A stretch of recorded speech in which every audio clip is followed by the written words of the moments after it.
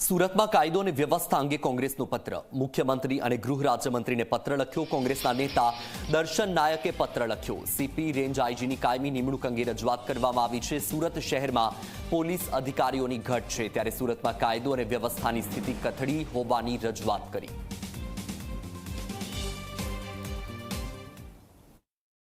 કોંગ્રેસના નેતા દ્વારા ગૃહમંત્રી અને મુખ્યમંત્રીને એક પત્ર લખવામાં આવ્યો છે. આ પત્રમાં શું છે તે આપણે દર્શન નાયક પાસેથી જ જાણવાનો પ્રયાસ કરીશું. જે એક પત્ર લખવામાં આવ્યો છે, શું કારણ છે અને શું વિગત છે?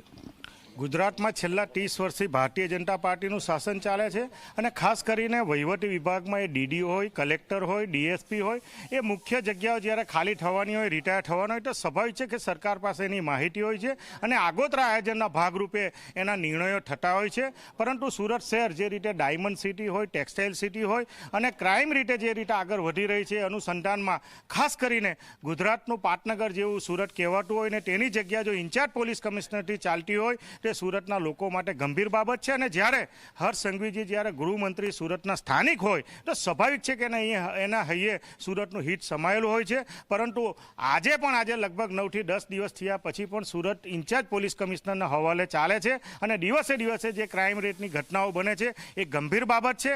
આ અનુસંધાનમાં અને ખાસ કરીને દક્ષિણ ગુજરાતના ઇન્ચાર્જ આઈજી આજે પણ રેન્જ આઈજીની જગ્યા ઇન્ચાર્જથી ચાલે છે. લગભગ 5 થી 6 જેટલા જિલ્લાના લોકો આના કારણે આજે પણ એ ઇન્ચાર્જના કારણે ક્રાઇમ રેટનો જે સંખ્યા વધે છે એ અનુસંધાનમાં બંને જગ્યાઓ સુરત શહેર અને દક્ષિણ ગુજરાતના લોકોના હિતમાં મહત્વની બંને જગ્યા તાત્કાલિક અસરથી ભરાય એ અનુસંધાનમાં માનનીય મુખ્યમંત્રી શ્રી હર્ષ સંઘવીજીને પત્ર લખીને લોકોના હિતમાં પત્ર લખીને વિનંતી કરી છે.